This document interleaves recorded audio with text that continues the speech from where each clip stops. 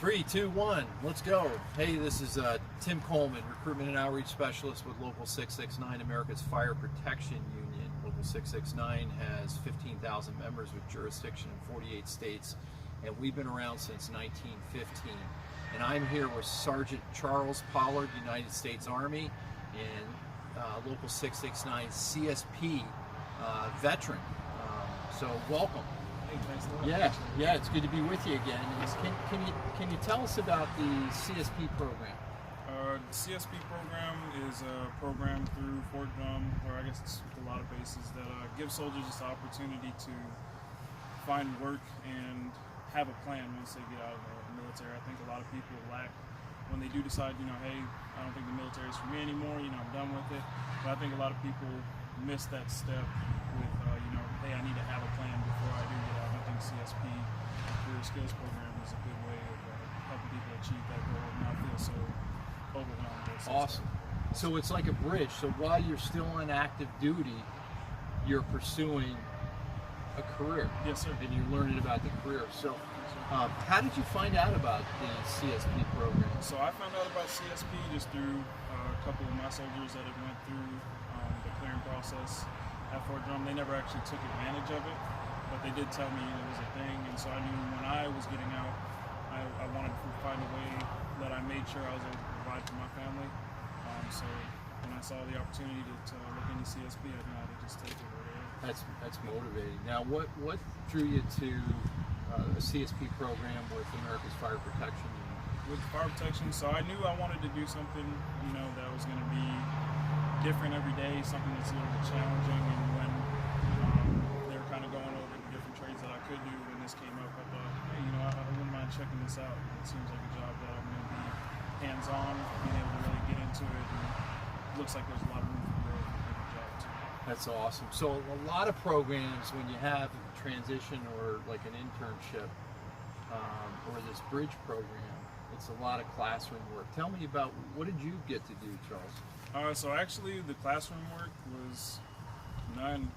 I was hands-on the entire time at the site. My foreman, Drew, he let me, hit the ground running as soon as I got there. He treated me just like I was, actually an apprentice. I'm working for the trade, and, he helped me to hold me to higher standards and help me achieve those standards as well. He was real hands-on with everything. What kind of work were you doing? So we were doing anything from demo to install.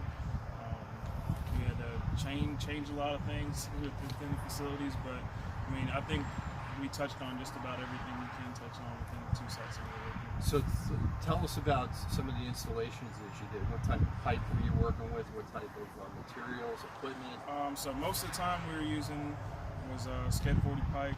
A lot of it was threaded, but we did end up going into the Victaulic stuff towards the end. So I got to use everything from the groover to just getting the old bandsaw and chopping and demoing and everything else. So let's talk about your background. You had a background in the trades prior to going into the Army. Yes, sir. Yeah. Share with us about that. So for 2 years before I did join the Army, I worked as a carpenter at a smaller company, just doing like residential carpentry, framing a lot. I will say the one difference that I did notice between this and the sprinkler trade is over there you got a whole crew, a lot of people, where most of the time it was just me and my foreman at the job sites, and we had to find a way to get it done. So I think one thing about this is, it might be different from other trades that people have done, is respect to go work.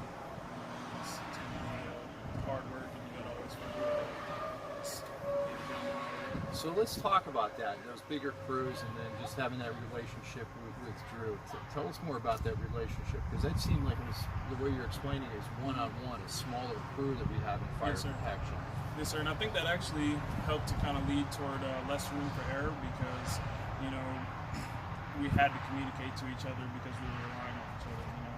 One person's doing one thing, the other person's doing the other, and me being, obviously the newbie on the job site, I had a lot of questions, and it was easy to approach him just because I knew that, he didn't have, 100 other people asking him questions. He could actually bring that time to show me and teach me how to do things rather than just kind of, a lot of times like telling me, and hey, maybe in 15, 20 minutes I'll chat.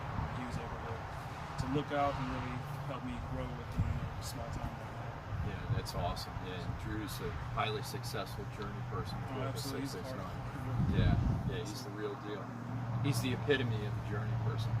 And let's talk about the contractor that you and Drew were supporting, that Drew works for, that you did your CSP internship, not only with Local 669, but with C&W Piping. Yes, sir. Tell us about the culture of C&W and the type of work that C&W does. C&W, you know, it's veteran owned company, so that was one thing that I was looking forward to. You know, it's just kind of talking and learning the story from one of their owners, Wayne, who was in the service. And, you know, I think their focus is, you know, just making sure that they have disciplined workers that are, you know, willing to show up every day and get the job done. They were easy to communicate to. They kept it on a level where it was like, you know, you had no problem contacting them for any type of problems on the site here. I feel like a lot of companies kind of miss that. Yeah, C&W is on the rise and growing like gangbusters, and we need more women and men like yourself that can come right in and just hit the ground running. Absolutely. So what's next for you? You're still in the Army. Yes, sir. Now you came off of CSP and you're transitioning out. You're going through out processing. Yes, sir. And we're sitting outside the gates of Fort Drum right now in upstate New York with the 10th Mountain Division. Yes, sir. And you know, so what's the next step? The next step is just continuing this journey with 669. You know, I got lucky enough to do the internship where, you know, now I'm able to start the apprenticeship program process. I'm headed on to Minnesota, so that'll be, you know, a good transition coming from New York going back home and linking in with the Local 669 over there. Yeah, that's awesome. And again, we have jurisdiction in 48 states. So I know you and I were talking about the post 9/11 GI Bill, and that's something that you plan on taking. Absolutely,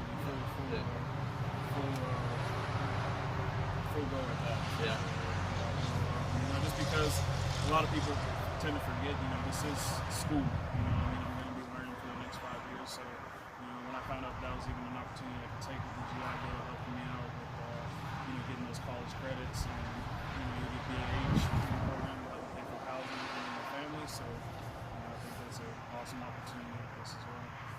So there are 15 trades in the North American Building Trade Union, and Local 669 is part of the United Association, which is our international 370,000 members in 300 locations across the country. And we have what's called registered apprenticeship programs. We're registered with the Federal Department of Labor and the State Department of Labor. And as Charles explained, is he's going to utilize this post 9/11 GI Bill. The reason he can do that is because we're registered, and he's going to get college credit for his apprenticeship at no charge to any of our apprentices. Imagine 32 college credit hours at no fee, and that post 9/11 GI Bill benefit doesn't come to us. It's going to go right into your pocket. And that's the game changer. Our apprenticeship is 10,000 hours of on-the-job training over 5 years, coupled with 1,200 hours of technical instruction. And that registration is to show that we are developing apprentices into journey persons. So let me ask you this, Charles. What advice do you have for service members that are exiting the military, young women and men that are thinking about, you know, career in construction and the building trades? You know, what would you say to them? Honestly, I would say go for it. You know, if the opportunity presents itself, especially with the CSP program, I mean, find something. You know, there's always something that you can find that, like I said, you can help to start having a plan for when you get out. And I think that a lot of people, you know, are still kind of stuck in the way of, hey, I need to start doing this college thing, because, you know, the GI Bill, what we've learned here with the program is you can still use the GI Bill for the trade job. And with trades, you know, you're guaranteeing that you're going to have work, especially with the union, having somebody look out for you. You got those benefits still now. I think, you know, it would just be a very misfortunate event if someone wanted to take advantage of some of these programs at all, because they're going to help out a lot in the end. So, final question: why is joining a union important to you? I think it's important to me just because, like I said, you know, I'm going to have benefits for me and my family, you know, and I don't have to worry too much about finding work. You know, the union helps out with that a lot. So to me, it was a no-brainer to join the union just because that way I know that I'm always going to be able to stand up when it comes to it. Yeah, that's it's well done. And, you know, we're excited. You know, we fight for really three main things in collective bargaining: living wage, benefits, as Charles talked about, benefits for our members and their families, and the opportunity to retire with dignity. So these are living wage careers. These are six-figure careers. You do not fail into construction. So if you think, hey, what am I going to do? And maybe I'll try construction. We're looking for the best to join our ranks, that can help us grow our unions, to help us take care of our customers and support our contractors. So Charles, I want to thank you. You did an incredible job. Wayne and Chris and Drew, they just said the best things about you. You hit the ground running. You're going to have a very successful, you know, career with Local 669. And you know, I've shared this with the Ford Drum folks. You're the poster child of the CSP program. So it's an honor to be with you. Thank you for your service and leading the way. Yes, sir. Hoorah. Appreciate it. Thanks, sir. Thank you.